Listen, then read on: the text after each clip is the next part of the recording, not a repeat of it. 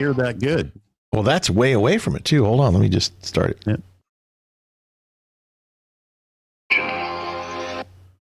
Why did it stop? Oh, it's doing the same thing up here. It's not buffering. Yeah, why is that? Yeah, that's weird. You're on. You have Wi-Fi. I should be on Wi-Fi. Yeah. Wow, that's weird that it's buffering that long. I wonder if our internet's even working. I'm going to turn off my internet because I played it at home. Well, we are streaming to 3 platforms right now. So, yes, it's working. Okay, hold still. That's what. His earliest followers were called the Way. Yeah, right. Good.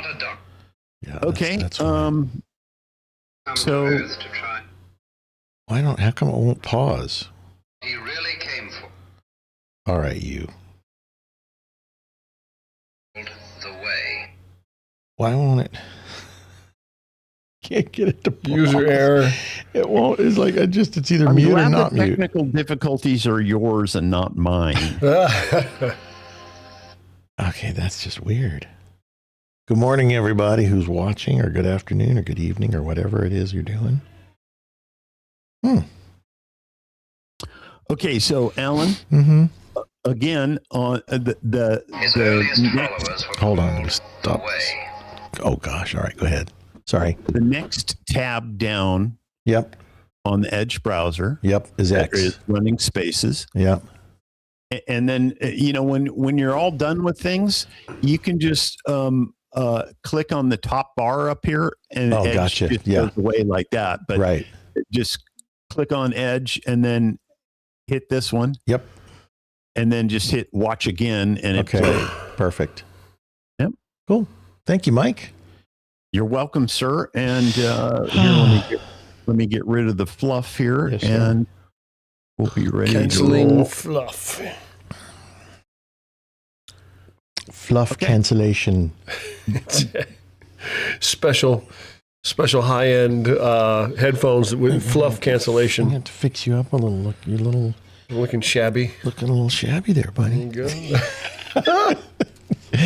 Oh, you and me with our blacks and grays. I know, right? It's the old man color. It's because it goes with everything. It goes with the hair. It goes with the hair. Yeah, you're gray on black, and mine's black on gray. So what else did we talk about yesterday? Let me think. It was some interesting conversation, I got to tell you. Yeah? I always feel like we walk away with really good conversations. Dave made a point that was really good. Yeah. And I almost want to call him and ask him what it was, because he said something that was like, wow, that was good. Hey, I got a question, yes. Brian. Yes, sir. And maybe Alan knows this too. Is Andreas ready to do interviews now, since he's going to be running? A local politician. Oh boy, that's a good question.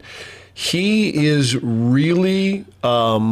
Here's where he's most comfortable. Hold on, before you go any further, we got to start the show. It's a yes or no answer.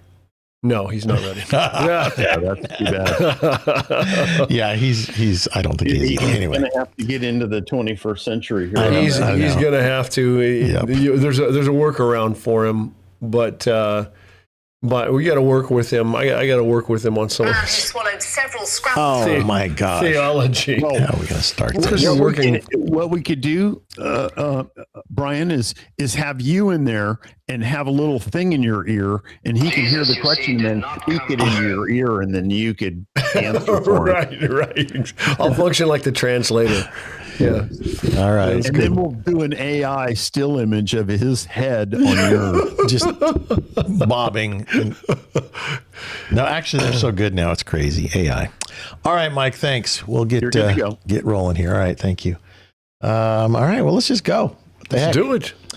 Hi, everybody. Welcome to another edition of Perilous World Radio. Alan Masters here. Brian Boteller also with us. Gospel Rescue Mission here in our little town of Grants Pass, Oregon, where we live. Actually, Brian, welcome to the show. I know you were kind of out of it yesterday and sick a little bit. And, you missed a good. We have these once a week men's meetings that we do with other guys from other churches and stuff. And we get together and talk. And I was kind of sad you weren't there, because you always add something good. And then I was thinking, oh no, that means he's not going to be on the show tomorrow. And here you are. And lo and behold, there it was. What was it? Tuesday, I guess.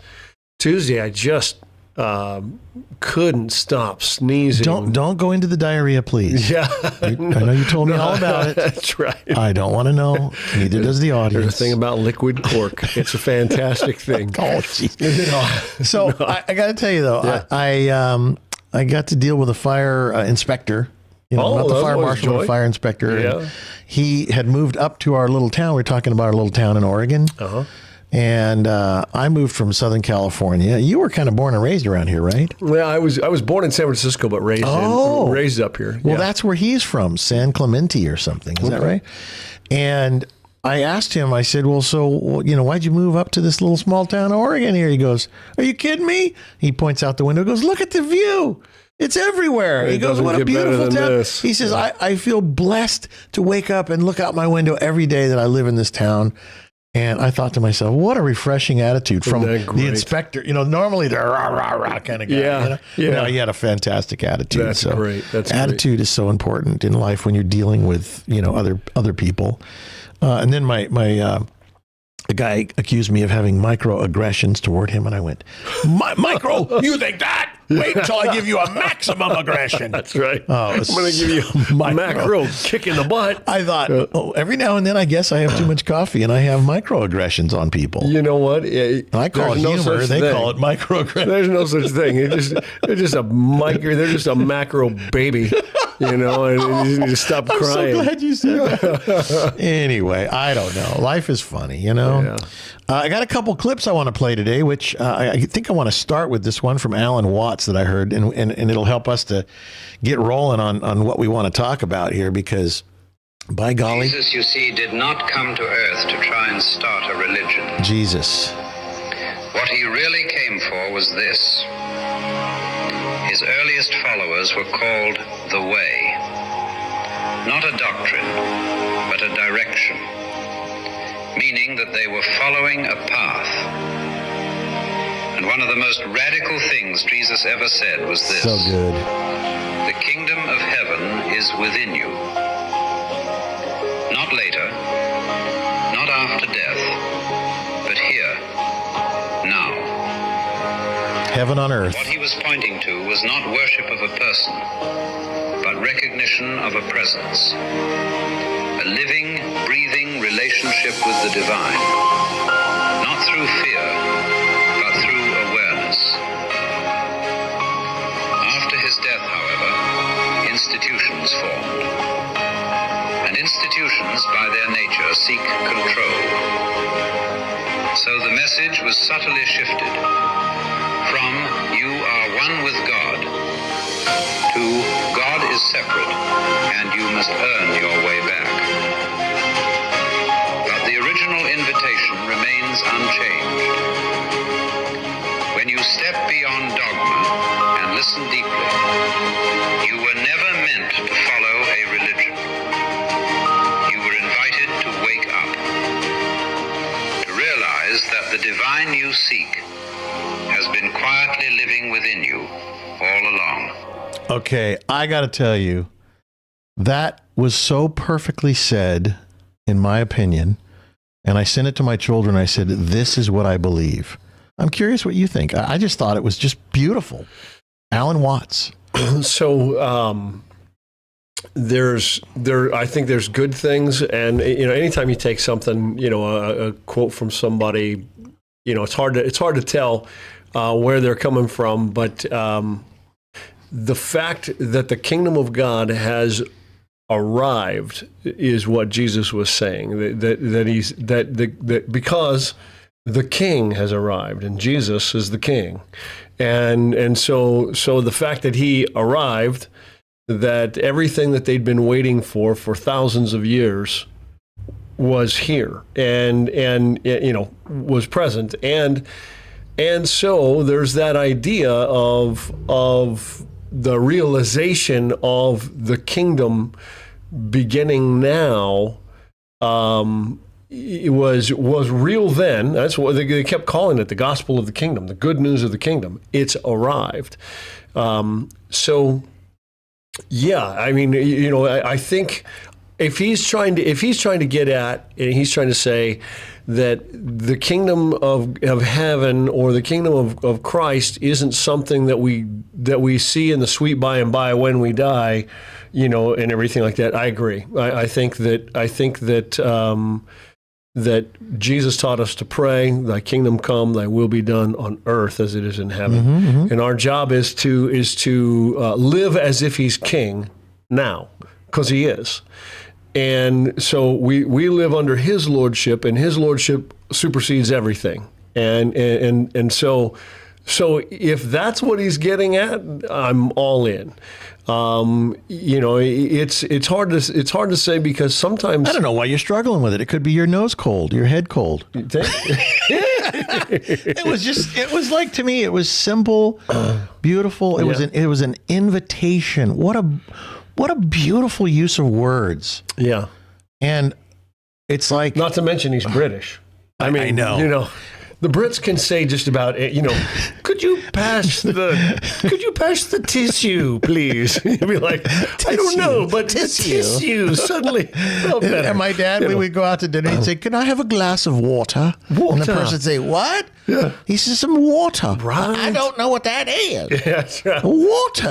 You drink water. Anyway, that's too funny. So yeah, it definitely was well worded anyways. I've never heard it so eloquently put. I can't even say eloquently. But if you were British, you'd say it said so eloquently put. There you go.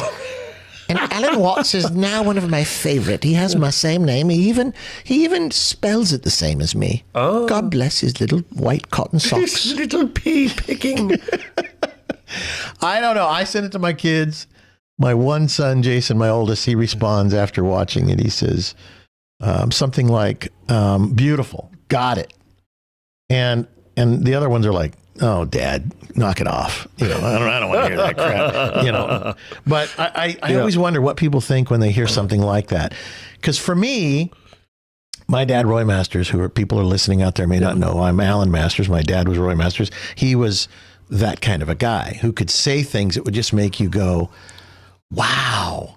That was like, what was that? Maybe a minute and a half or something. Yeah. There was so much packed in there that like life-changing stuff. Yeah. Because some people, they go to church their whole life. My dad would say, you live your whole life having never truly lived. Yeah. To go to the church and do the whole thing, sing the song, get the baptism, do all that, but never really have a real relationship because they have missing pieces of the puzzle. And I always feel like in my life, even interesting, kind of crazy kind of people may have a piece of my puzzle. Yeah. And so I don't want to shoo them away because, "Oh, get away from me, you disgust me," because that happens with people. But I always want to think, what can I learn from this person? Maybe they've had a rough life and a tough life. So I start asking. I remember I did a test drive in a car one time when I was working with Motor Trend Magazine. I rode with a gay guy. And I knew he was gay. He was a flamboyant gay man from England. So he had the British accent on. Oh, my gosh. Anyway. Was fabulous. And I thought, oh, this is going to be an interesting day because I'm not going to be able to control my mouth. I'm going to have to say what I want to say. So I don't think it was 5 minutes into the drive. Yeah. And you're together a whole day. You drive and you change drivers and then you eat lunch and then you come back and you're supposed to like write a story or talk about it. Right. And the first thing I said to him, I said, "So," I'm trying to think what if his first name is. Oh, Nick. His name's Nick. I said, "So, Nick, you're a gay guy, right?" And he goes, yes. And no, actually, he said, yes. Yeah. No, I'm joking. Anyway, and the conversation was so interesting, and I have to take a commercial break. So that means you have to hold on to the other side. Right. Anyway, you're listening to Perilous World Radio. I have no control over what comes out of my mouth. We'll be right back.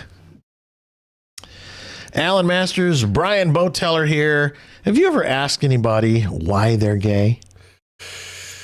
Because that was what I was getting to on the last segment there. I've never asked that question. No. Yeah. I drilled down inside of this man's mind for a couple of hours. Yeah. About, you're gay, but why? Have you ever thought about why?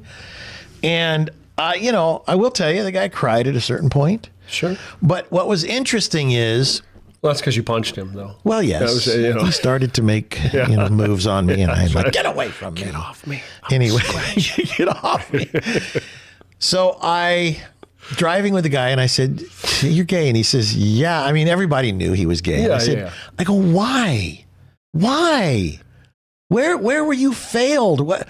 In what way or how?" He goes, "I didn't choose this," and I thought, "Wait a minute." We all have choice, freedom of choice in our life. Yeah. You can choose to be gay if you want, but you did choose it. You felt those urges, whatever they were, whether they were perverted or natural or whatever you want to call them. Yeah. I said, you chose to move on those feelings. Yeah. So anyway, the conversation, we didn't even think about the car we were driving. I don't even know what we were driving to this day. I remember that conversation vividly, but what was interesting is he finally got to the point after a conversation of maybe 15 minutes. Yeah. He says to me, "I wouldn't wish this on anyone." And I said, "Wait a second. Then you're saying you have no choice, that you literally are what you are and you have no choice. You have believed that you have no choice." And I'm telling you, you're wrong. You do have a choice. Yeah. But you got to quit believing the liar, because the liar lies. And inside of you is a liar. And he wants to take your whole life away from you. And he's done a pretty good job of it here. I said, you've done a pretty good job of kind of working with what, the deck of cards that you've been given, the hand you've been given. Sure. I said, but you know what? Fold. It's not a good deck of hands. It's not a good deck of cards or a good hand of cards. Fold. I said, you look at your life and you tell me you wouldn't wish that on anyone. Why do you stay in it? Why do you stay? Exactly. Yeah. And this conversation was so good. But then I started literally kind of like, I could see that he was doubting himself a little bit, like, wow, I never really thought, about that, because he's not a bad looking guy. He's very talented, and he's a really nice guy. Yeah. And I call him a friend, believe it or not. He's a friend of mine that is lost in his ways. Yeah. And when we see each other, he runs up and gives me a hug and a kiss on the cheek, and it better stop right there. And, we're friends though. And I get that I have gay friends, and I have gay friends. I have lesbian friends. And we talk a lot, and we don't always talk about bold. Right. We Get don't always bold, talk about baby. gayness, but sometimes we do. And, I'll listen to them come to me and they'll want to talk to me about, about infidelities happening, that they're very upset with one another because of some kind of one of them messing around on the other. And I keep going, "Oh, I'm sorry. Did you expect the results of marriage?" Yeah. Out of what you have, because that's just not going to happen. Yeah, my friend, he's married to another man, and they've been married for a number of years. But it's such an odd thing to me. It's so foreign.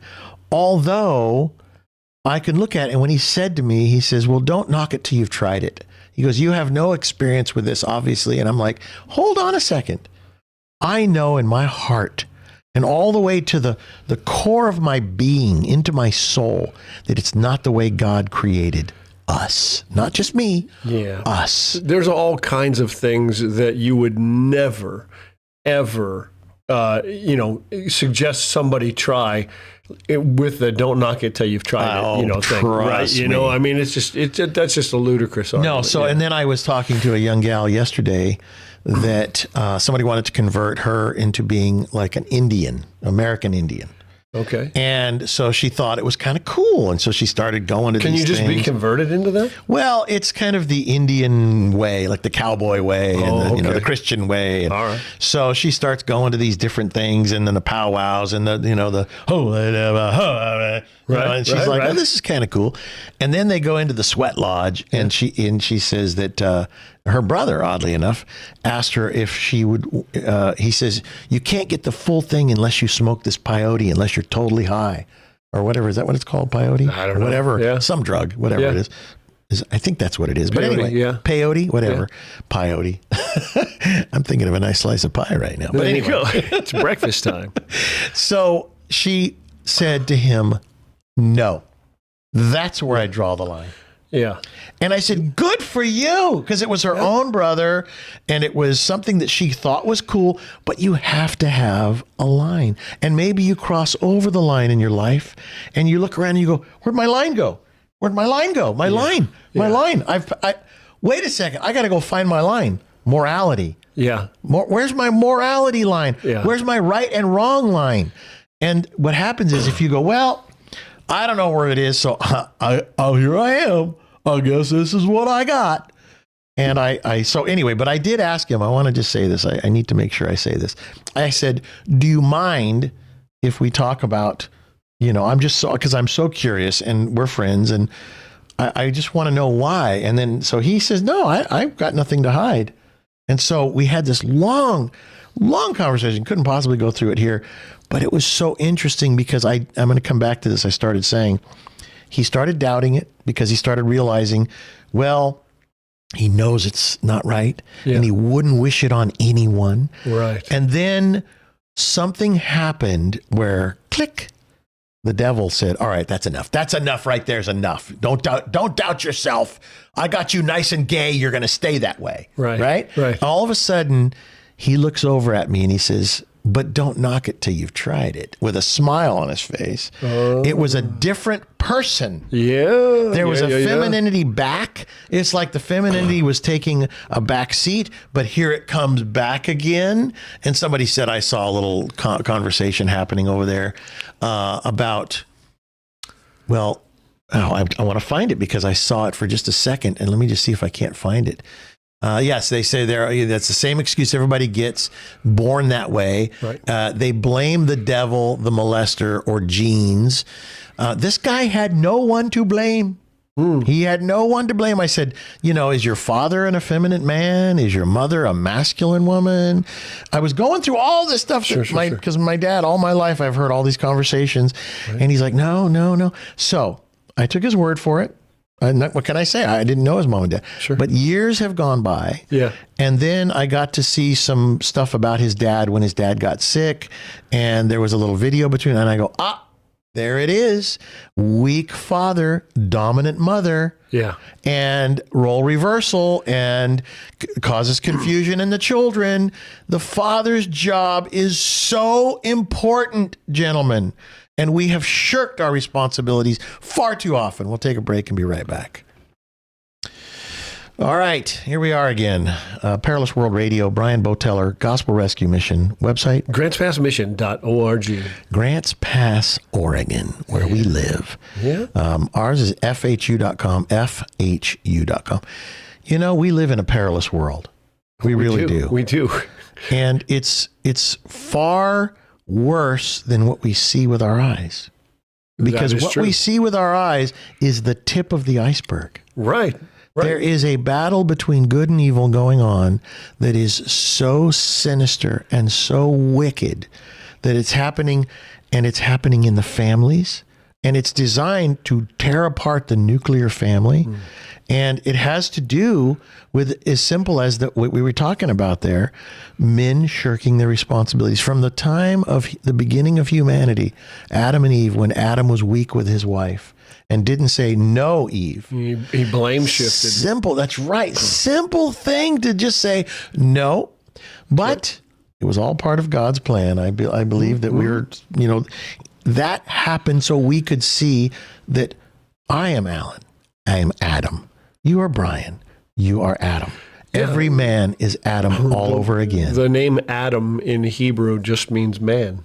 Does it really? Yeah. Oh, I did not know that. Yeah. Okay. So Adam. Well, I am Alan Man. There you go. You are Alan Man. I am Brian Man. Brian Man. See, we're Indian. Yeah. Or you could say we are Indian like this too. Yeah, right. Different kind of Indian. We're from Grants Pass. We're cavemen. Right. That's right. That's our It's silly enough mascot. that a caveman can do it. it's funny because this conversation's gone into some really bizarre places. Right I know, which it always does with you. Always, I Yeah. love this. Well, that's my problem. ADD man. When so in my office, I have a picture of a steelhead that I caught, right? And Not the salmon, or not the tuna you caught with me, huh? not the tuna that I caught with you. I didn't get those pictures done yet. I'll get you one. All right, Okay, gotcha. But I've got this nice picture of a steelhead that I've caught, and I always use it as a kind of as a thank you for the nice note on the mission newsletter. Really appreciate that. Oh, that was a little commercial for you. Yeah, I'm going to have to charge you $10. Yeah, that's right. Or lunch. There you go. Both. I'll do both. Anyways, the steelhead, I always say its design, when it lives according to its design, it's in the water, it's this amazing creature that is beautiful beyond compare in the water and everything. But when you take it out of the water, A lot of fish are like this. if I want to, it seems like a lot of them are this way. Yeah. You can take them out of the water, and if you say, I'm going to free it from the constraints of its design, and I'm going to throw it up on the bank for me to take home later or whatever, then all of a sudden it leads to death. The fish starts dying immediately. The fish doesn't thrive. It dies relatively quickly, and it's just there for predation at that point. When you take that same fish and you put it back in the water, it's more free in the water than you and I are. It's made for the water. This is the way it's designed. When we want to see human flourishing, humans should live within the way they're designed to live, right? So, and he designed us male and female. Right. He designed us to glorify him. He designed us to bring order and beauty to the world around us. And this is the way we were designed. When we work according to the way we were designed, then flourishing happens. The one thing that can't happen with a homosexual couple is they can't flourish. And by flourishing, we mean procreate. They can't be, or they can't reproduce. They can't be productive and everything like that. And not without violating, again, laws of nature, and not without doing harm to other things. So there's an importance to living within the way you're designed, and that's why one of the illustrations that I like to use with the fish, is the fish is a great example of that. So, when I caught a marlin, it's been, 20 years ago, caught a giant marlin. There's a video on our website of that story. Yeah, I've seen it. That fish was so beautiful for about 2 minutes. Yeah. It was so all beautiful. its colors. We also caught a sailfish, same way. When you catch Dorado, mahi, Dorado, they're green and they're beautiful. When they come out of the water, they immediately start. It's like you take them out of there, to your point, you take them out of the God-created element, bring them into the man world, which is not their element. Right. They start dying immediately. And then what's interesting is I'm learning about tuna, because Brian and I went tuna fishing this last summer, and immediately the meat starts changing, and it's like you have to keep it on ice. You have to stop it. But even though you can stop it from rotting, it still only has so much time. Yeah. You cannot stop the degradation and the breakdown. That's right. And but that's the same thing happens when we leave the grace of God. We start dying. When we don't live according to our design. That's right. When we you watch how many kids how many parents stopped probably in the 60s and 70s, maybe, started moving towards this. Parents stopped spanking their children. And not me, I'll tell you. And so, yeah, me either. And so what ended up happening is now we have adults that have no tolerance for discipline, and children who have never been exposed to discipline. And we're just got generations of this chaos. Again, it's breaking our design. Yeah. So it's funny because spanking, about the time my kids were, I don't know, 7, 8, 9, 10, 11, 12, 13 years old, whatever, I realized that spanking, it only works like, a little narrow window of 4 time. or 5 to 6 or 7. And after that, it just doesn't work anymore. Right, They right. go ahead, do it again. Give me right. another. My And- 30-year-old, she's like, spanking me she's like, still. So hey, man, what I I'm gonna realized get is that consequences were more valuable as a parent to Yeah. give your kids consequences for being naughty and doing things wrong. Sure. And then they would have to stop and think, is it worth it? Yeah. Don't do the crime if you can't do the time kind of thing, right? Yeah. Yeah. And that's what worked best. And that's what worked best for me too. But at a certain point, when my dad told me when I was 18 that I was grounded for life, I said, you can't do that. No. You're not going to be here forever. So fortunately, I got off grounded a couple years ago. Whew, man, finally, My dad passed away. It's so Off good for you to grounded. be able to not live in your bedroom anymore. But, consequences. And the thing is that we don't look at our life's consequences and actually go, I get that consequence because of my choices, because I chose to be, greedy, selfish, prideful, arrogant. The consequence of that sinful fish out of water nature, Right.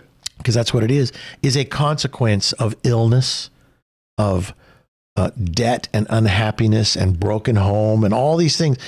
People don't see that. And I'm starting to see more. I think to myself, well, I can do this, stack with her, married. I'm a man, I can do what I want.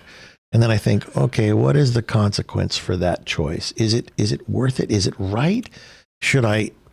Are we married? Should we, really have a talk about this to make sure, what happens is the pride comes in and says, you don't need her. The same way with Adam and Eve said, God is not telling you the whole story. Don't trust in Right, God. right. You can be a God your own self. And I just realized, wow. So every now and then I tiptoe out of the safety zone where, I'm just going to do what the hell I want. I can hear that in my head. Yeah. Who is she to tell me no? You hear this in your head. And I'm like, so I tiptoe towards what I want to do. And I go, something says, Alan. And I go, all right. Yeah. So I've it's funny is like, I feel like the same little kid I was when I was like 10 years old though. It's like having you pull up today on your Schwinn Stingray, the one with the white banana seat. The big banana seat. Yeah. And the flag hanging out the back. I was so happy to see you because I got mine right in the other room. That is We're going awesome. bike riding uptown. Woo!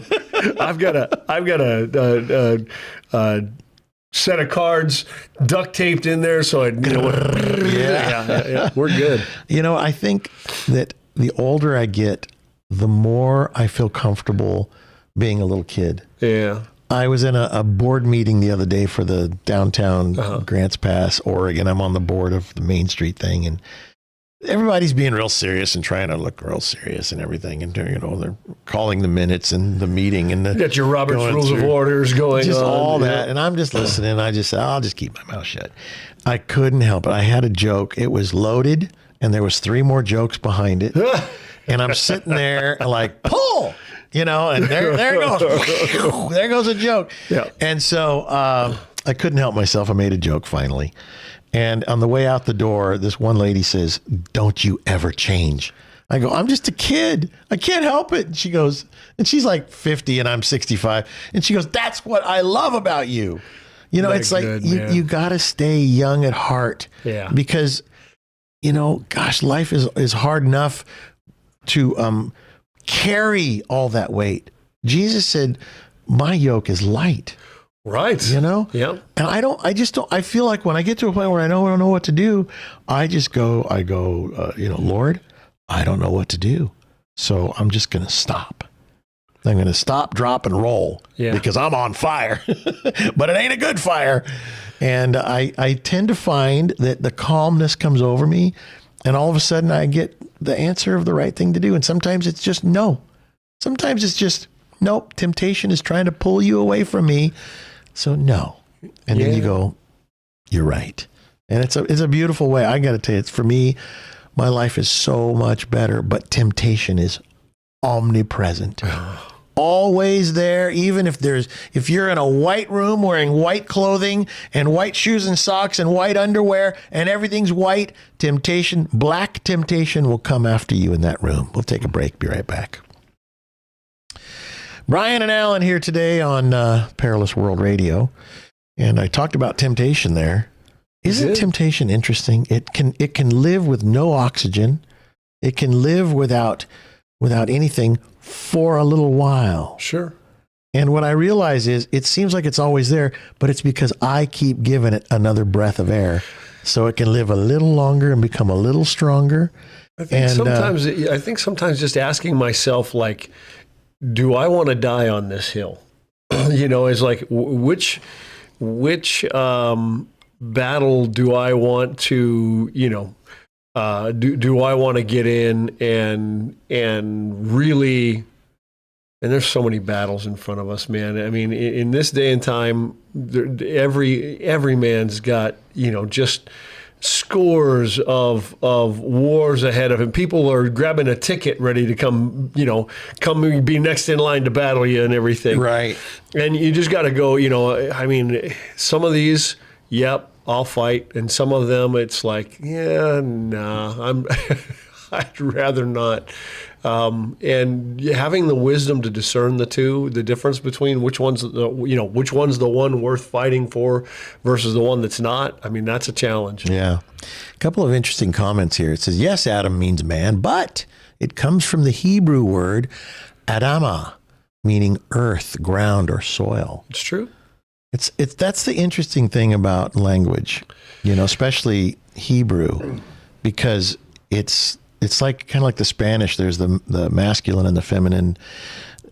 The English language is really pretty simple. There are some odd words, but there's a lot of them in the Hebrew language. And when you add to ancient Hebrew, an ancient Eastern way of thinking was far more symbolic than ours are. We're very wooden, literal in the way we think of when we use language, and they were very much more symbolic. So we lose a lot of things simply because of our inability to hear what the original author and audience would have heard as they're hearing through, as they're listening through the Word of God, particularly the, first, all of Genesis, because it was written and shared long before the printing press, right? So, I mean, really,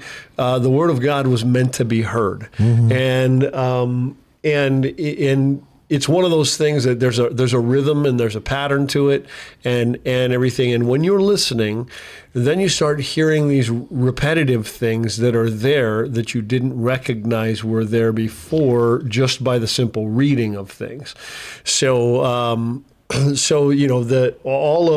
of these things, whether it's the days of creation, the things that are created, whether the sun, moon, and the stars being governors, it gets too heady sometimes with all that kind of stuff. Actually, I would say that's the space where our head should spend more time, and we're just, because it's foreign to us, we're not comfortable with it. I want to play this one more time. This is Alan Watts, and I really enjoyed it. And I think coming to the end of the hour here, I think there's enough time. Let me do it. One of the most radical things Jesus ever said was this: the kingdom of heaven is within you. Not later, not after death,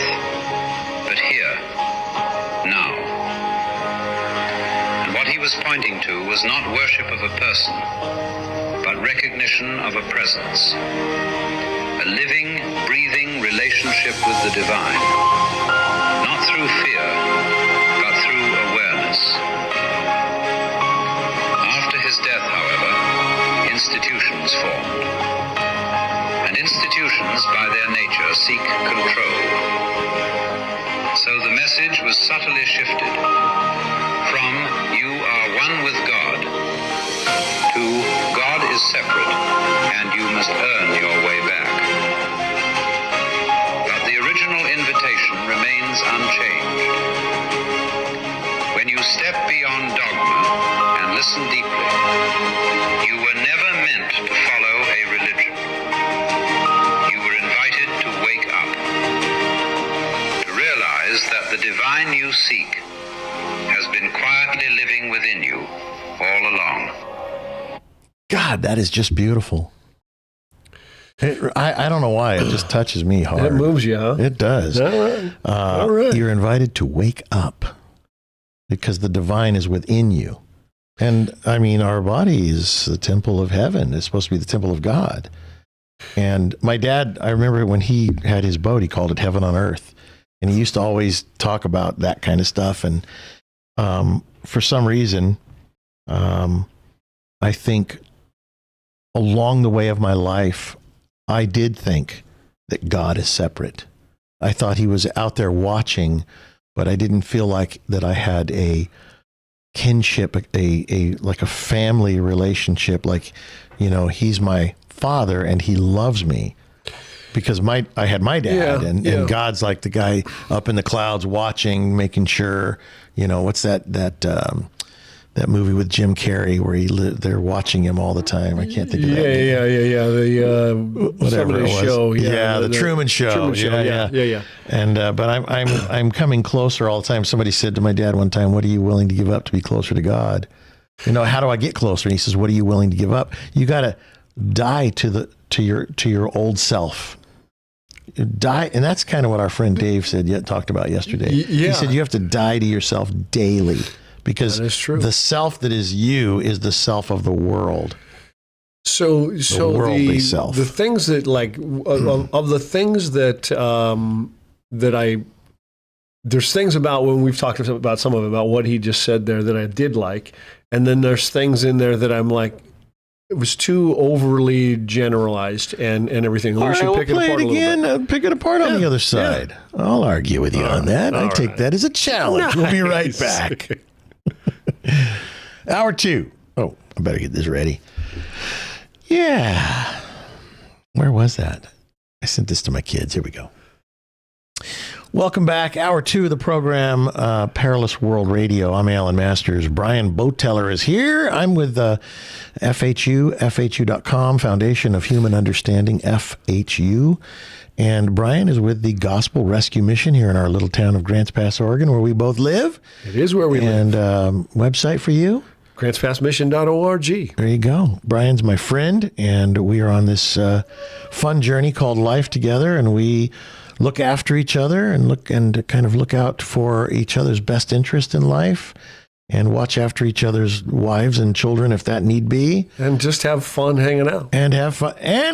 On top of all that. We don't get nearly enough of that. I think we actually have more fun hanging out than all the other stuff because the other stuff's a given. Yeah. It's a given. We don't have to worry about that. That's right. I played something. I'm going to play it one more time from Alan Watts. Yeah. And it just, so many things in this hit me. So here it comes again. Where's the sound? Let me try that again. I think I have to turn the sound volume. This is a good thing about editing, right? Oh, come on. All right, here it is. Jesus, you see, did not come to earth to try and start a religion. What he really came for was this. His earliest followers were called the Way. Not a doctrine, but a direction. Meaning that they were following a path. And one of the most radical things Jesus ever said was this: the kingdom of heaven is within you. Not later, not after death, but here, pointing to was not worship of a person, but recognition of a presence. A living, breathing relationship with the divine, not through fear, but through awareness. After his death, however, institutions formed. And institutions, by their nature, seek control. So the message was subtly shifted from "you are one with God" to "God is separate and you must earn your way back." But the original invitation remains unchanged. When you step beyond dogma and listen deeply, you were never meant to follow a religion. You were invited to wake up, to realize that the divine you seek has been quietly living within you all along. God, I love that. I can hear it 100 times. So What is the one thing, Brian Boteller, that you are having any issue with there? Well, so I would say, there's one. it's a message that is kind of overly generalized, and it, none of what he said would have been like true to the Pharisees, for example. Oh, for sure, 100%. And so he said he's not telling Jesus was definitely not telling the Pharisees it's just a perspective problem, and it's in the kingdom of God's really within you. That wasn't what he was saying. In fact, he was saying, "You're not my sheep. Hell is made for you. Hell made for the devil. You're going to go there." So there's everything that he I don't know, when I hear sentiments like this that are really kind of generically maybe overly positive in some ways, and I'm going, I don't think that's a nutshell of what of all that he had to say or do, and I definitely don't think that anything that he just said would have been true for the Pharisees, and they were there, standing there with Jesus in that day.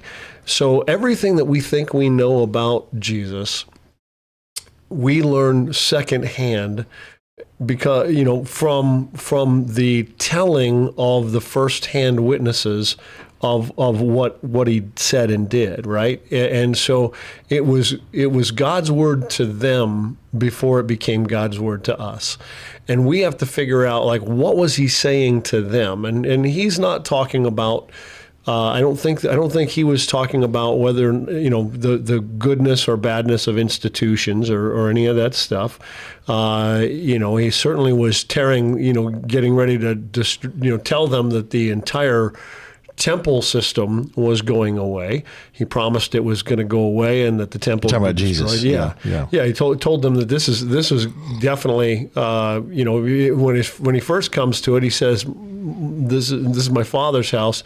The second time he comes to the temple, he says, "It's your house, and your house has left you desolate." And so, it's. I mean, there's good things in it, no doubt, in what he's saying. But I just love. It's like I would say, in a nutshell. Yeah. If you had to roll, kind of how I believe in a nutshell, and I could put it into a little nutshell. Yeah. That's it. He nutshelled it well for you? He nutshelled it well. Yeah. A person here says, it's Matthew 13, 44 to 46. The kingdom of heaven is like a treasure hidden in a field. Uh-huh. And that one hit me also, because I might have told you about when I came to the end of myself, the story about when I was driving. Because, I spent all these years kind of in the car world, working for these car magazines and having fun, and all of a sudden I was driving this fancy fast car in this windy road, and the road ended, and I just went off into this field, and I went, now what? Where's the road? And then I got out of that. The road now is the road that you take. It's not the road that man made. It's the road that I made, that is not a road. And when I see this, I go, the kingdom of heaven is like a treasure hidden in a field. I'm like, that's the field. That's the field I was in, the kingdom of heaven, because it's not man-made. And I just had to take Christ's hand and walk forward, not knowing where I'm going. That's having faith. And his point in telling this is, and when somebody recognized that the treasure was there, they sold everything to buy the field. They sold everything they had to buy the field. Is that the rest of the story? That's the rest of the story. The story there. So following Christ is following the King. Is when we discover, oh, the King is here. Oh, this is now everything else you have is worthless by comparison, Well, it's and you funny need to let too. it all Yeah, go. because I have a couple of friends that are big in the car world, and that's the world I was in for 35 years or more. And they send me pictures of cool cars, and they send me pictures of things that they think would entice me. And I said to the one that happened just... I'm going to send you a picture of my truck. Yes, My little beater. 260,000 miles. But he sends me a picture of this vehicle, and I said, I'm sorry. I just don't get turned on by that stuff anymore. Yeah. I said, it doesn't work. And he sent me a laughing face. He thought I was joking. But I'm literally, my old life, it's just behind me. Yeah. And I look at it Holds now no as value anymore. the only value it holds is all the lessons and the temptations that were put in front of me. And sometimes I was tempted and fell. And sometimes I said, no, thank you. And sometimes I asked God, and sometimes I didn't. And all those, I can almost God was bring at them work back up. in those things. Oh, yeah. He was at work in that time in your life, Yeah. and that's valuable. That's the value. For sure. So I something happened the other day. I wanted to send a note to a mother that has a 17-year-old son who likes to play video games. And there's a social media page that's like kids addicted to video games or something like that. And of course, here it comes across my screen because we were talking about it. Right. And I thought to myself, should I send this to her? She's going to think I'm trying to, micromanage the way she's bringing up her son. And I just thought to myself, you know what? I know my heart's pure. I want what's best for that young boy. She doesn't have a husband. She doesn't have a husband to talk to about it. And he's into video games. And she loves the fact that he loves his video games because he doesn't have a father. His father committed suicide. So I sent it to her. And I thought, okay, I'm compelled to send. I got back like the perfect response, which I almost need to look at it and tell you on the other side of the break. Because you can break a relationship or make a relationship. It depends on where the spirit of the intent behind it is. And mine was pure, and it did exactly what God basically told me it would. I'll tell you what it is. The response on the other side, it was a perfect response. Awesome. Be right back. Now you got to find it. Ooh, I know right where it's at. Hold still. Okay, reset. Yeah, I thought it was beautiful. So I'll talk about that. And then, of course, overcoming life's challenges is our thing for the Colonel. Let's just see. This is a person that's of subject. Okay. Okay, I sent it. Here it is. Game Quitters is what it's called, if anybody's interested in that. Okay. Let's just look at this for a second.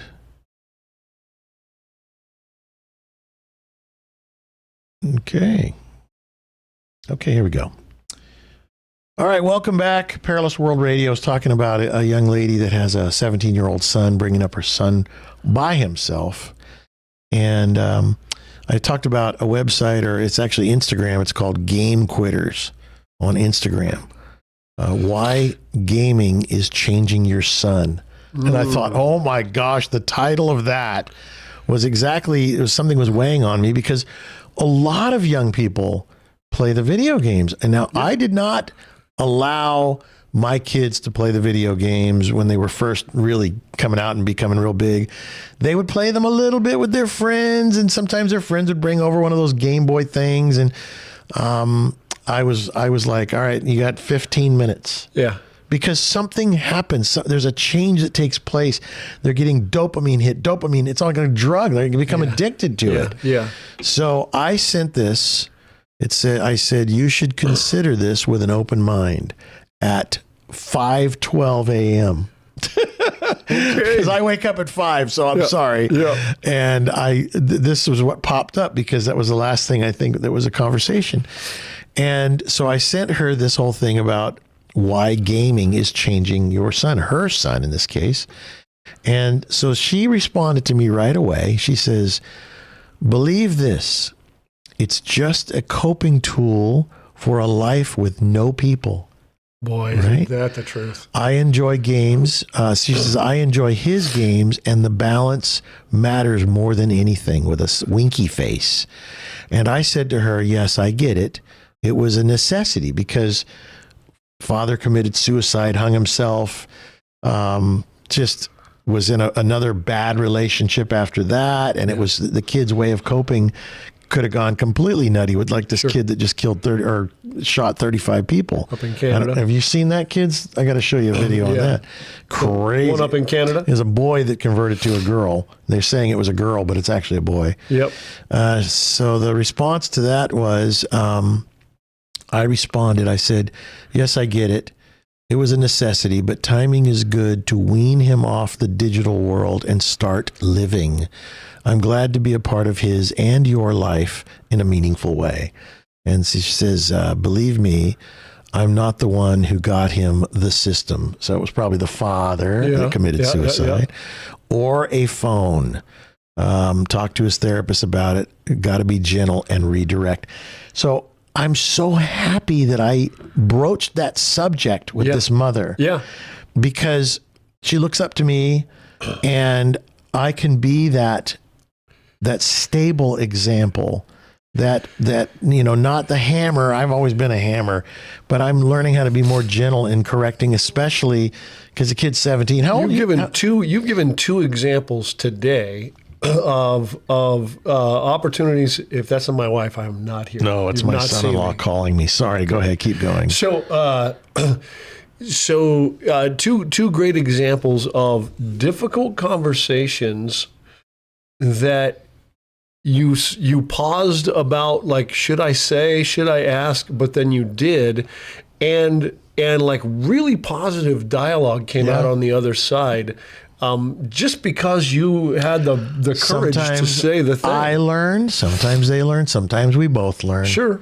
And I have a I think feeling that's really good. The other conversation, my friend that's a homosexual, I don't know that it'll help him, but later in life, if he ever had a need to talk to somebody, he knows he can talk to me. Yeah. And same with this other person with the young son. Yeah. She actually said, I didn't know who to talk to. And she said, and then your name came into my mind. Yeah. That I can talk to you. And you know what? Because I don't want to judge. No. It's not that I am perfect, that I can't not judge. I mean, but I look at the judgment and say, no, I deny the liar. But here's what you do. You're able to go, okay, I'm looking at this picture and something's out of place in the picture. And so if we're going to investigate, like, what's the problem, I'll start with the thing that's out of place, and I'll key into that, which is a good, wise, healthy way of looking at stuff. It's a forensic way of looking at something, and you go, something's out of place here. Let's dive on that and let's see what happens. Well, it's funny because in our next segment, we're going to have Patriot Outreach on with a gal that's been on before, and she's a Navy brat, Sandra Lawson, and the topic of it is overcoming life's challenges. And I got to tell you that many years ago, 20 years ago or so, I had a chance to maybe help the same young lady that now has a 17-year-old son. Yeah. And I couldn't help her at the time. She wasn't ready. I couldn't help her. She came to me for help, and I said, I can't help you because I didn't have it maybe, and I didn't know what to say or do, but I knew that it wasn't time because there was nothing there. Yeah. And she kind of resented me for a number of years. And then, so I was the last guy she wanted to talk to but knew in her heart that it was best for her son. So for her son's sake, she decided to come to me. And guess what? Everything has changed. And I have a same feeling with my friend, because I told you before, I have another friend that I had nothing to do with for years. And then I saw him on an airplane. And he said, "You're the only one in my life that's ever said anything to me of any meaning." And I told him, I said, "You're better than this." I fired him. And you've had to probably do this before. I have. "You're better than this. I've got to send you on your way. I can't have you corrupting my other guys." And I did that. And that was like, and I said, "You're better than this." And I knew he was. Yep. That stuck with him till he was on an airplane 25 years later, sitting next to his son with a beard, and he pokes me in the arm, and I look over and I go, "Oh my gosh, Ted." And he says, "Yeah, this is my son, Nick." And I look over and there's a man with a beard. I go, "You had that? That's how long it's been? You had a son that was a full-grown man?" And then we got out of the airplane, and I may have told you, and I apologize for repeating these stories, but he stood there in front of my whole family and cried and said, "You're the only person that's ever said anything of any value to me." And to this day, he is a changed person. And our relationship, every now and then, I go, don't go down that road. He goes, "I know, I'm sorry." Because, he's never had anybody put guardrails out and say, this is my line that I will not cross morally. And I ask you not to bring your garbage into my side of the line. Right. I used to tell my neighbor, "Get back on your side of the street." She'd come over and tell me how to run my life over here. Go over there. That's your house. You can go over there. Anyway, life is funny. Life is full of struggles. But I was getting to the point, because overcoming life's challenges, this gal that's going to be on has, and still will continue. Yeah. The gal I'm talking to, and my friend is a homosexual. We are dealing and coping with what has been downloaded into us by everybody around us, our parents, loved ones, and enemies included. And one day something happens where you realize that none of that is yours, that it belongs to somebody else, the world, and that there's a freedom that comes from creating that living, breathing relationship with the divine, is how Alan Watts put it. I love that. We'll take a break and come back with our Patriot Outreach segment. Stay with us. All right, I'm going to make you listen to that 15 times. You know what? I'm just going to go. I'm just going to go put it on auto repeat. I'm going to listen to it all day. You can't stop me. Watch me go. I'm so lucky that I'm just a dumb guy. I don't know most of this stuff, so I just things that make sense to me. I just go, that makes sense. I like that. Uh-oh. Who's texting me in the middle of the show? Knock it off. Oh, boy. All right. Let's call him right now. There we go. I figure, the meek shall inherit the earth.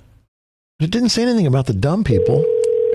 So I'm at the back of the line of the meek. I don't even know what meek means, so I'm way at the back of the line. Hey, are you there? Well, greetings. Greetings, my meek Shalom. friend. My meek friend. There's a guy that sends me all kinds of stuff all the time. I've been playing Alan Watts. You know who Alan Watts is? Sounds familiar, but it does. I can't. I'm gonna send you something, and I want your take on it. Brian poo-pooed it. No, he didn't. No, I'll send it to you, though. I'll send it to you. All right, let me get Sandra on here. Let's see. Where am I? I got to come down over. What do I do? Over there. Plussy thing. Look at you. Look at you. You cannot learn this stuff. It's my job. Here we go. All right. Hang on, folks. Here it is. Who is in the background? Is that your news? Yeah, turn it off. Yeah, it's come to think of it. Turn it off. All right, here we go.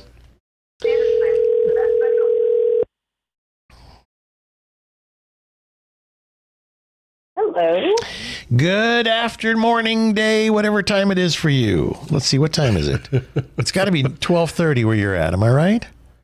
That's right. That's right. You guessed it. 10:30 on the West Coast, 12:30 in the Midwest, and 1:30 and on the East Coast.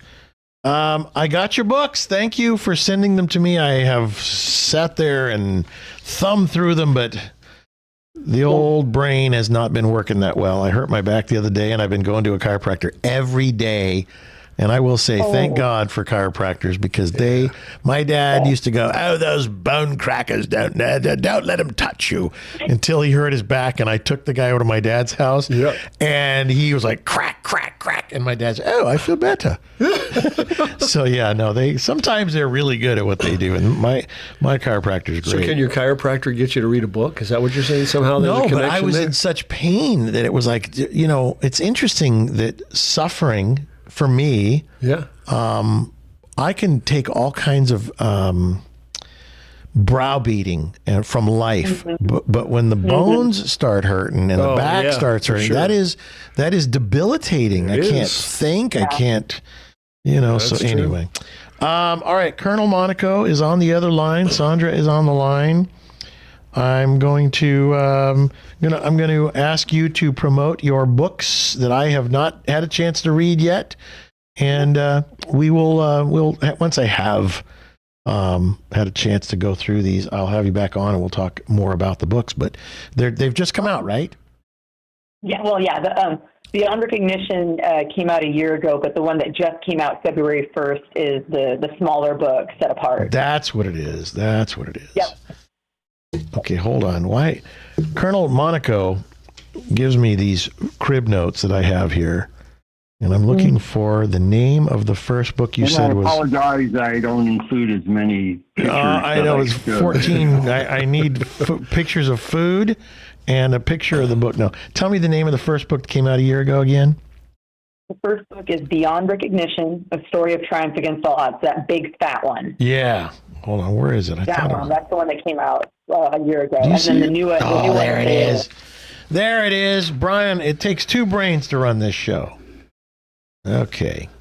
And that's and Brian, we apologize for being with such a handicap, but we pray for you. Thank you so much, brother.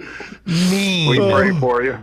I have a very painful back, and I have a pain in the back sitting next to me. All right, guys, I'm joking. You called me a pain in a different body part. Yeah, in the not rump. the back. Pain in the rump. Here we go, guys. 3, 2, 1. All right, welcome back. It's time for our Patriot Outreach segment. I'm Alan Masters. Brian Boteller is here. On the line with us is my friend, Colonel Tony Monaco from Patriot Outreach. And you can reach out to them at patriotoutreach.org, org.org. Colonel, and we have a special guest on who you've had on our show before, as author and Navy brat, Sandra Lawson. The book that she came out with about a year ago was Beyond Recognition, A Story of Triumph Against All Odds, Part 1. And there's a brand new book out. But let's start with Colonel Tony Monaco. We've been talking about overcoming life challenges on the show today, so it's good to have you guys on to talk a little bit about it. And I know Sandra's had some very interesting life challenges. But take it away, Colonel. Well, the thing that Patriot Outreach has championed since our existence is often overlooked, often underappreciated, are the family members and the caretakers. And their challenges have been immense. Now, tonight, I am going to a gala referred to as Rehope, and it's for halfway house for sex traffic workers. Oh, boy. And you might say, well, why do you go to that? Why do you support that? Because, believe it or not, wives and mothers and daughters of veterans and family members get caught up in that trade. And so Patriot Outreach has been long champion the rehab center there, and we have a gala tonight. But in that light, the thing I like to point out is that overcoming these life challenges are easy when you have the right tool. Sandra, what say you? Well, Hank, thank you so much, Colonel Monaco. And hey, guys, thanks for having me back on again. Yeah, thanks for being on. Oh, thank you. And before I even want to start about anything that I wanted to talk about, I just want to say that the fact that you are going to a gala, Colonel Monaco, that's supporting sex trafficking, bravo. Like, that's fantastic. And I just want to commend that right now. That's amazing. But Touche, yes, good. So for me, being a Navy brat and being isolated through that meant my father was absent on deployment for the majority of the year, and I missed my dad. And I went into quite a bit of it the first time I was on the show, but just a small recap. I loved playing with my dad. He spent time with me. He would sit next to me, which doesn't sound like much, but in my home, it was some light that pierced the darkness, him sitting next to me. And so that happened so rarely. But more than anything, my dad answered my questions. When I was confused, when I didn't understand something, my dad took the time to speak to me and answer questions, mostly about my mother, because her behavior was so confusing. Right. This poor woman, I was left alone with my mom, who was so ill-equipped to raise children. And she suffered from paranoid schizophrenia, obsessive compulsive disorder, and narcissistic personality disorder. And what was super extra horrific about all of that was that when you have the narcissistic personality disorder coupled with paranoid schizophrenia, now you're dealing with 4, maybe even 5 different kinds of narcissists. Unreal. So I couldn't even figure out like which one I was talking to at any given time. And so I'm sorry, go ahead. No, I was just going to say, it's odd today that I happen to have a relationship with a gal that has got a mother similar to yours, a father that was kind of non-existent, and everybody deals with this kind of horror differently. But now she has a 17-year-old son, and she does not want her son to have to suffer the way that she has. And honestly, it's what saved her life, because she didn't feel like she even had a reason for living for a while. And then she had this child, and that's what became her total and complete purpose, was her child. And but now he's getting into video games, or he's been into video games, because the father of the child committed suicide, hung himself, and when the kid was only 13. And so it's a chain reaction. And I'm so glad that that you have. I'm going to give her your book, because I think it might help her, but go ahead. You keep going. Yeah. Oh no! Wow. I mean, and that's absolutely true. Like, it has an effect that's crazy, and I'm so glad that she found life and love in motherhood. Yeah. But not everybody has that same effect. Like, sometimes motherhood will draw out the worst in people. Parenthood may draw out the worst in people, because you're dealing with somebody so much smaller than you, and they can't fight back. Right. And so for me, on my end, it would have been beautiful if I had inspired my mother to change, but that is not what happened. No. And it led to brutal, sadistic child abuse, which was psychological. It's like she's gaslighting and was telling me everything was my fault. The verbal stuff, making fun of me, making fun of my appearance. Physical abuse, which was horrific beatings with whatever she had around her. Unreal. And then sexual abuse. Man.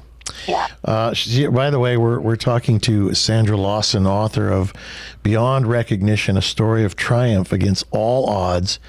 And she has also another new book out. We should talk about that real quick before we run out of time.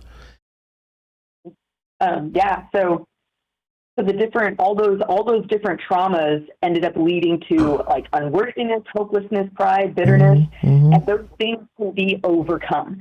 And how they're overcome, I mean, sometimes you just have to be inspired by hearing somebody else that did it, hearing about somebody else that ended up like coming above, rising above whatever it was that they had to deal with. And so I ended up having the opportunity to partner with 11 other authors to write this new book that has come out February 1st, which is set apart, The Power to Rise Above. And so what we're looking at when we're like, when you open these pages, I want you to know that you're going to be reading about people who have overcome things like a one-time crime leading them straight into prison, people that have dealt with tragedy, terrible mistakes, domestic violence, terminal illnesses, dashed hopes, military deployment, deep betrayal, being trapped in a foreign land, and then learning disabilities, the murder of a parent, and of course my own, which was severe child abuse. And so when we look at these, I want you to know that these 11 other authors have made that climb to freedom and overcome the trials that they were not equipped to face alone. And that's where Jesus steps in.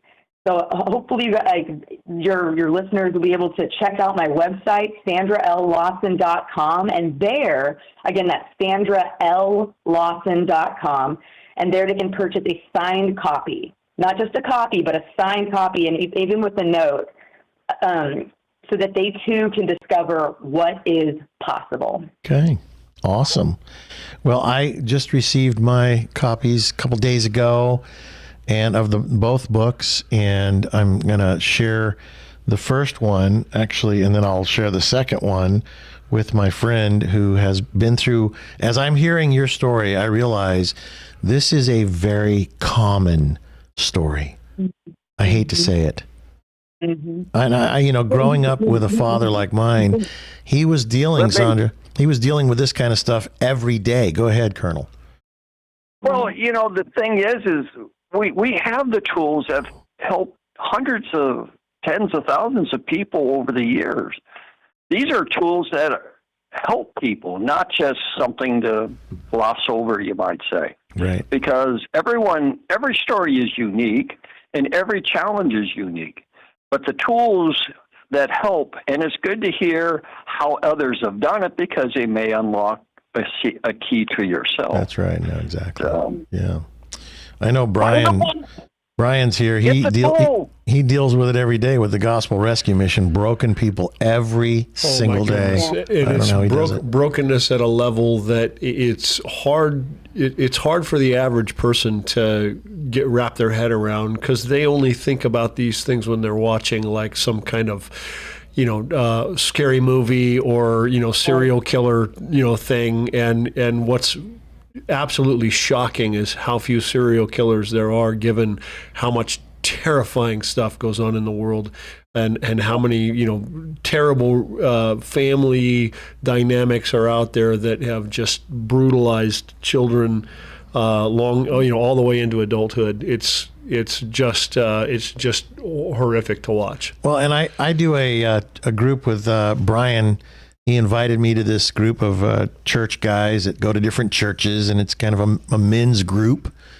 And, it's interesting when you get around, like in our situation, a bunch of men, private, in the tree of trust, talking about life and sharing some different things that are going on and viewpoints and what have you. We said it earlier, and he says we always walk away feeling like we got something good out of it. Yeah, for sure. And mainly because he's a man, he's married and he's got kids, and he's a man, he's married and he's got kids. I'm a man, I'm married and got kids. We all have the same stuff on our minds. And we have nobody to talk to. And so I think for your two books now, the newest one, Set Apart, The Power to Rise Above, which is the 12 stories from people, and Beyond Recognition, a story of triumph against all odds. People need to know that these are available because they have been through. They're hearing what your story, I'm hearing it. I know this gal that I know has gone through almost the same thing, but only a little different twist, but almost the same thing. And I'm sure if I can, convince her that, maybe she should read it, because a man or a woman convinced against their will is of the same opinion still. So you can't convince anybody of anything, but all you can do is to be there and be present and give them an opportunity. And that's what I'm doing with this friend of mine. But listen, we're running out of time. Thank you so much, sandrallawson.com. Again, 2 books. I've got both of them. Thank you, Sandra, for sending them to me, and I really appreciate it. I will make good with getting you back on again to talk more about it once I've had a chance. And Thank you so much. my pleasure. God bless you. And Colonel Tony Monaco, keep up the good work. Appreciate you. Charging on, doing good, brother. And it's a gala, not a gala. Gala. Oh, now I got it wrong. What is it? All right. Don't ask We'll me. be right back. Stay with us. A gala. I don't know. Gala. Whatever. Who cares? You're going to something good. All right, guys. Amen. Thank you, Amen. Sandra. Thanks so much. And I'll give you some feedback from my friend once I present her with that book. I think Thank you. it might do her some real good, and I might even want to put you on the phone with her. Please. Ooh, that's I would cool. love that. Yeah, wouldn't that be I would nice? love that. All right, good. I'll take it and run with it from there. Thank you both very much. Thank you. Charge Okay. on. Yep. Okay, bye-bye. Okay, last segment. Things go pretty quick on this show It here. really does. All right, welcome back. Brian Boteller, overcoming life's challenges. I mean to tell you that your life, I don't know people if they really imagine, if they could imagine how much adversity you have to deal with in a given day, because you are literally, you have put yourself in a place where broken people knock on the door and they want to come in and you have to say, excuse me, there are some consequences for your way of living. So I have to give you some rules, and here's our rules. And if you want to, and here's a person that you know needs food, a Clothing bath, and shelter. and clothing and shelter, Yep. and it's freezing outside. But you have to say, I can't let you in unless you agree to my terms. Yep. Am I right? Yeah. Yeah. Not It's- an easy job. No, it's challenging, and they, you know, I mean, the bottom line is that, you know, they want a different life, and a different life means different. It means different, that you have to do things differently than what you've been doing, and if we're going to get them to flourish, if we're going to get them to thrive, then you know, it has to have those kinds of conditions on it, and we're not packed to the gills. You know, we haven't been packed to the gills for And there's people for years. sleeping in tents and on the doorways, all because they will not. Yep. They don't want to live by any rules or laws at all. So true. They're comfortable within their suffering, sadly. I'll have them go, you know, when you ask them, why won't you come in to the Gospel Rescue Mission, they'll be sitting there with their bucket of feces and their you know, in their dirty clothes and blankets and Filthy, stuff like yeah. that, and they'll look at me with a straight face and say, but I'd have to leave all this. And I go, I'll look and go, look, it'll all be waiting right here for you. Right. No one's going to take it Leave from your you. bucket of poo-poo. That's right. It'll all come. It's all going to be there, you know. And they have, you know, they have traded treasure for the you know, the treasuring of the playthings that, you know, they've traded confections for mud pies, and you know, I don't know, it's just they live in a fantasy world that is hard to break out. And unfortunately, what's happened is a lot of society has decided to craft protections around that fantasy world. You know, whoa, who are we to say that mud pie is not an actual confection and everything? And you're like, eat some. Yeah. It's real simple. Just, it's mud. It's mud. You know, and they just don't want to hear it, you know, and well, that's judgmental. And you're like, no, I'm just telling you what reality says. And reality is that's mud. And if you want a different life, you got to do different things. So Yeah. it's a challenge, but you know, I mean, and the horror stories. I mean, my goodness, the horror stories that we hear of everybody's life that comes in, that tells you that their life is normal, and their life's, you know, they want to say, oh, I've had a normal childhood, and then you go, really? Okay, well, it says here that you used methamphetamine. When was the first time that you used methamphetamine? And they're like, oh, it's 7. You're like, wait, what? And they're Some like, of them are born addicted. oh yeah, because the parent. And is, you ask them, well, where did you get methamphetamine at 7? Oh, my mom, or my dad. try or some whatever. of this; it'll make you feel good. Right. Wow. And all of a sudden you realize, oh my goodness, it's just amazing that any of them have even survived this long. Speaking of that, yeah, here's a couple here. It says the Bible teaches believers to rejoice in suffering. Hard thing to believe when you're suffering. You go, I'm supposed to rejoice in it, but it's once you realize in your life that you have caused a lot of these things to be brought upon you. And you can also look at the ones, because the next one from the same person says, can a child of God be a victim? And I'm going to say yes, because we're all children of God. Well, and so the idea of there's different kinds of suffering. There's suffering that is that happens to you look, I got cancer, or I had a family member die. I'll give you my suffering lately. Right. I got one son that is kind of just out there in the world, and my heart hurts for him, because I know that he's like the prodigal son. He's out there, laughing and having a good time, and he's not realizing in my heart, and I'm suffering. And that's not a suffering to rejoice in. That's a suffering to grieve in. But then there's a suffering that comes from, you get excluded because you're a Christian. You get marginalized because of your faith. I got you. Or something like that. Right. That's the kind of suffering that I go. But I also know that my son and all of us have to go through suffering. We have to go through suffering, and we have to watch that, and it hurts. But I know it's like my dad would say, it's a glad sadness. It's like I'm sad, but I'm also knowing it's like, okay, well, he's going to be my prodigal son. Please God. The writer of the book of Hebrews tells us that and even Jesus said things like this, where he said, look, your kids, your fathers punished you. They disciplined you, and nobody considers discipline fun, but when it brings about correction, that's good, right? And so God's that way. So yeah.